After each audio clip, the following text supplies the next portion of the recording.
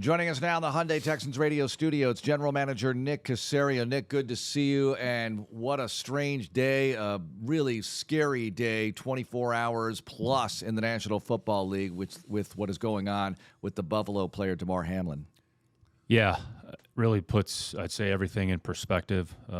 Things a lot more important than football when something like that takes place. I mean, certainly our condolences, thoughts, and prayers are with the Bills organization, the players, the staff, the Hamlin family, University of Pittsburgh.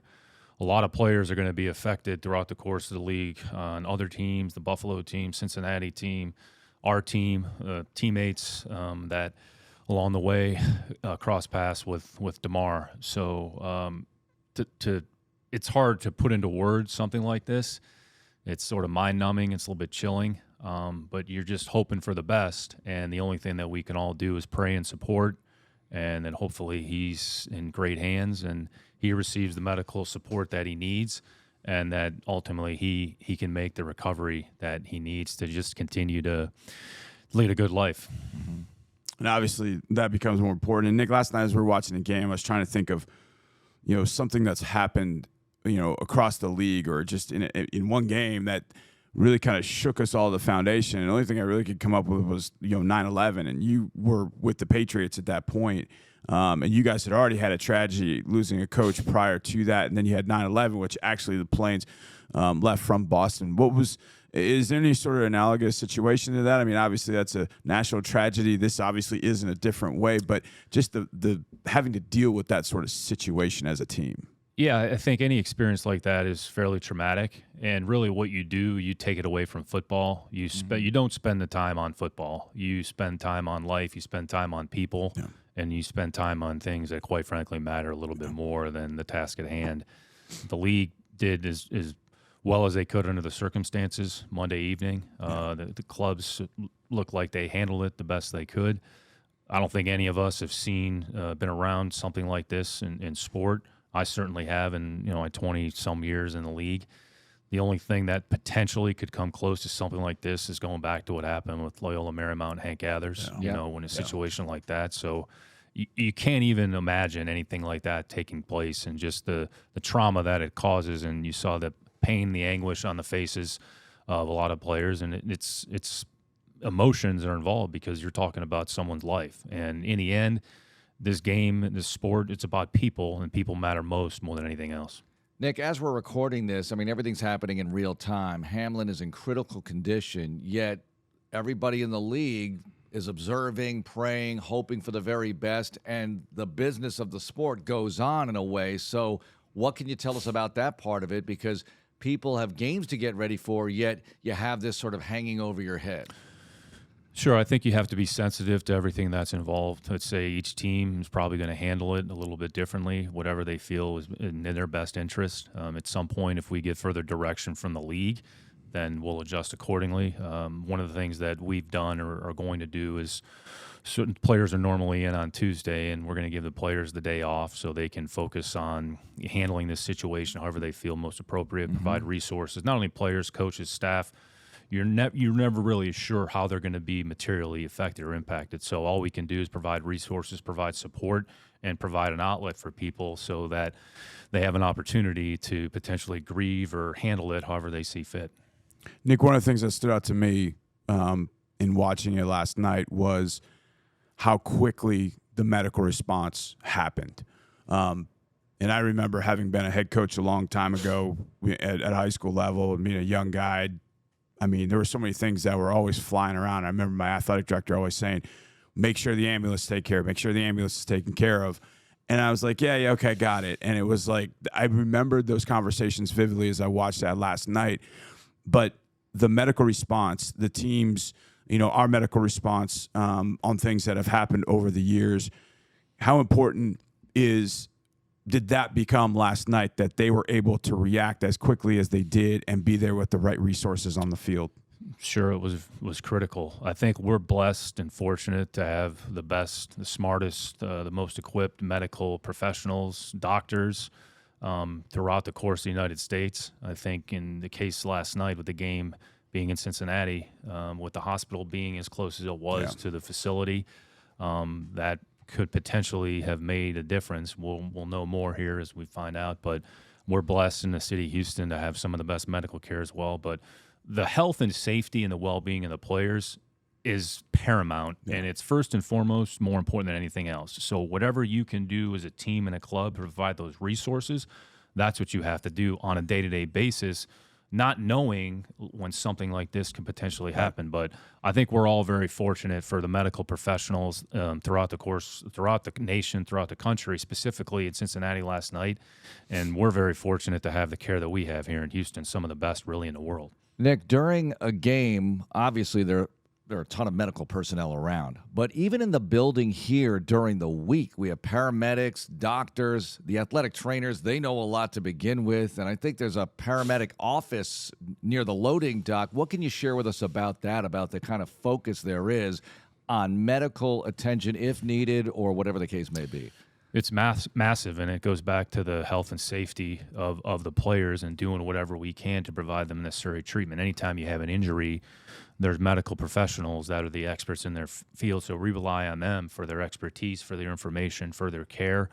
Again, you can't really prepare for a situation like this, but what you want to make sure that you have are the resources available for the players to comfort the players. Anytime you're going through a pretty traumatic experience, their well-being is really the most important thing. So having access to those people, to those resources, sort of right around the corner, it makes a big difference, and hopefully it puts people at ease, understanding that they have that available to them.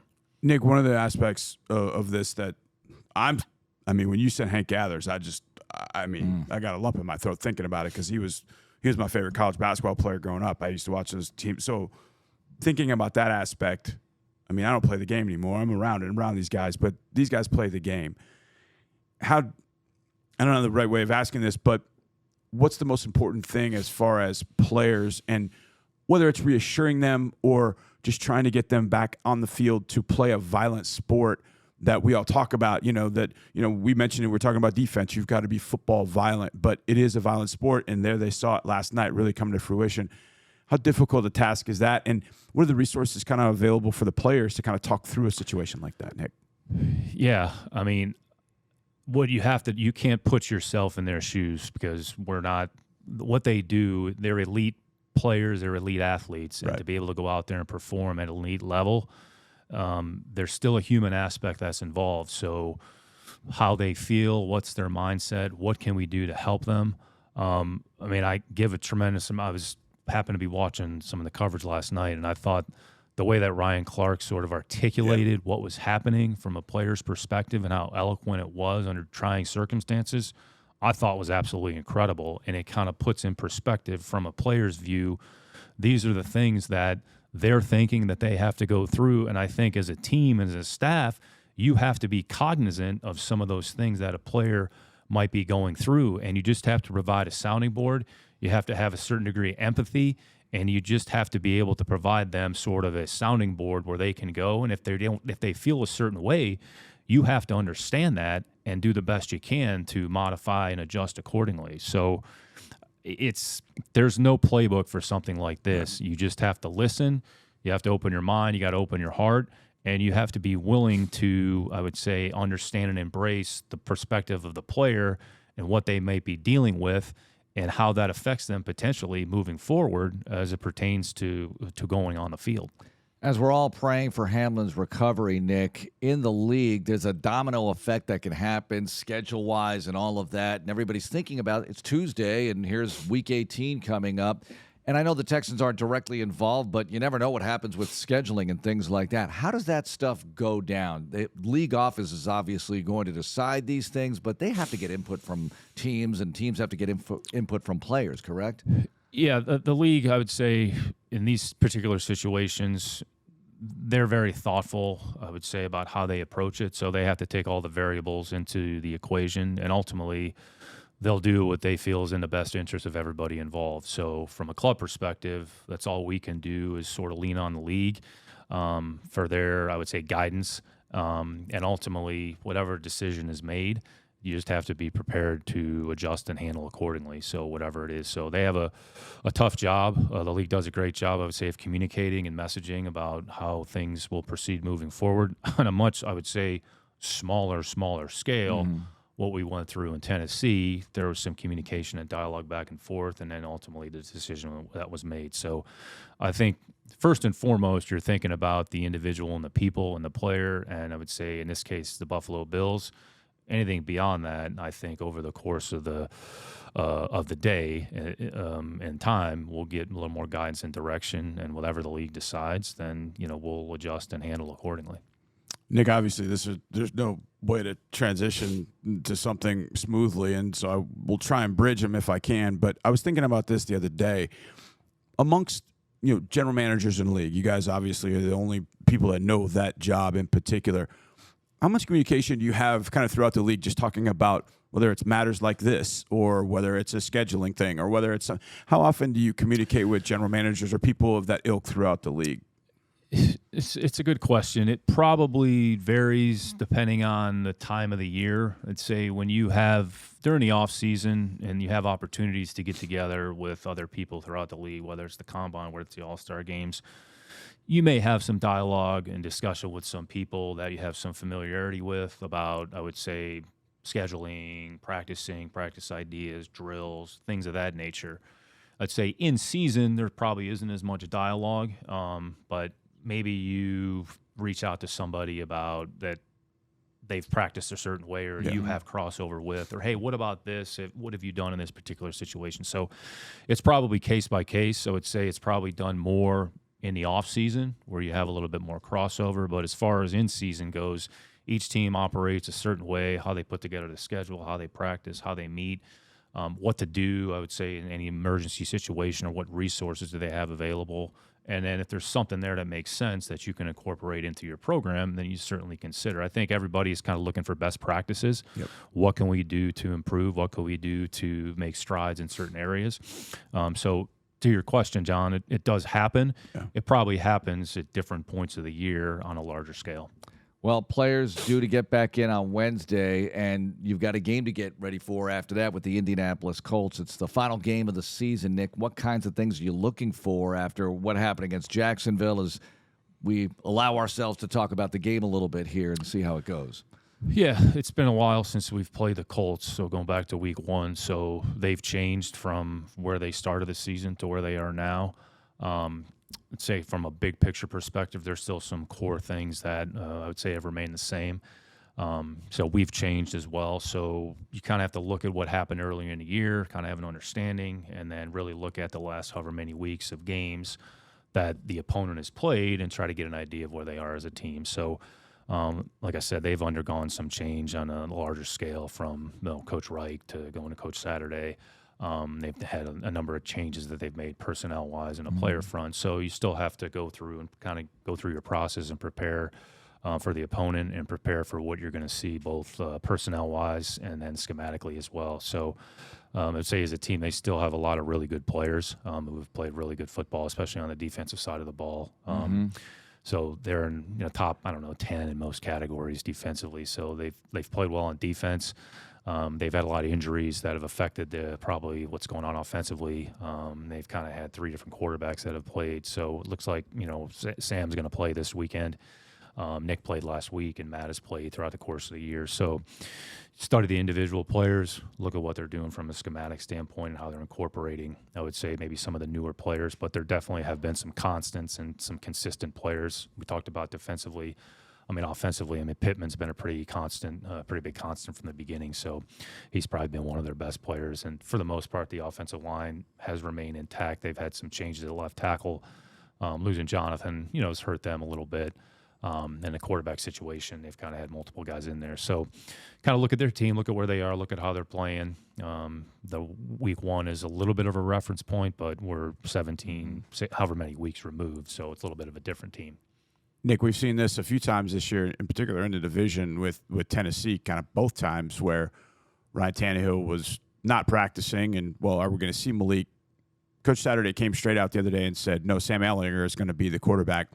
I guess this question turns into trust. Do you trust that as you prepare for them? Like, okay, how much because Sam and Nick are two different quarterbacks because Sam can be mobile, but how do you kind of address that with the fact that, okay, he said Sam's going to start. Do we trust it? Do we prepare for Nick just in case? How do you kind of go about that situation when you're not 100% sure, but he said it, so maybe it's going to happen, probably going to happen? Yeah, you have to prepare for everybody. So everybody that's on the team, that's on the active roster, you have to prepare for. There might be some players on the practice squad who have been elevated, so you have to kind of look at where they are maybe from an injury standpoint, who's available. So just offensively, there's certain things that Sam does maybe better than Nick does, so what they do with Sam in those particular situations, how you want to defend those plays, how you want to handle those plays, you certainly have to be ready for those. So, and the running backs, I mean, really, it's sort of turned over to some degree. They traded Naheem, Hines, Jonathan's on IR, so then they have, let's say, 3 backs that weren't even either on the team or hadn't played that much. Yeah. So I think understanding the personnel, understanding that player's strengths, understanding their weaknesses, understanding how they've used the player within the scheme of what they're doing offensively, change the play caller. So all those things you have to factor in. Do you trust the information? All you can do is prepare for the team and prepare for the players, and just have an understanding of when that player's in the game, some of the things that he does well, and they might try to cater some things that accentuate what that player does well. How important is it? You have one opportunity here to bounce back from the performance against Jacksonville for all the individuals involved and collectively as well. How important is that? Yeah, I think the big thing is just want to try to go out there and play good football, try to play good, consistent football, try to do things that are required to win this particular week. So once we identify, what we have to do on each side of the ball, offensively, defensively, in the kicking game, then go out there and try to execute those things at a good level. So I think everybody's disappointed about what happened against Jacksonville. We didn't play very well, but now we have to turn the page like we do every week and get ready for the next opponent and the next challenge in front of us, which are the Colts and some of the problems that they present.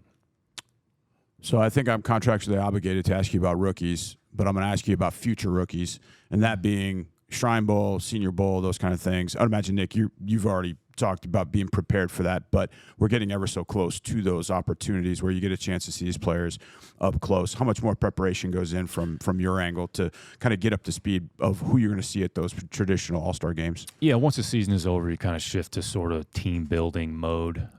We've gone through kind of an initial round of meetings here in December, identifying some of the needs and some of the different traits and characteristics that we need to maybe dig a little deeper on and study a little bit more, not necessarily on the field, but maybe some of the things from a football character background standpoint.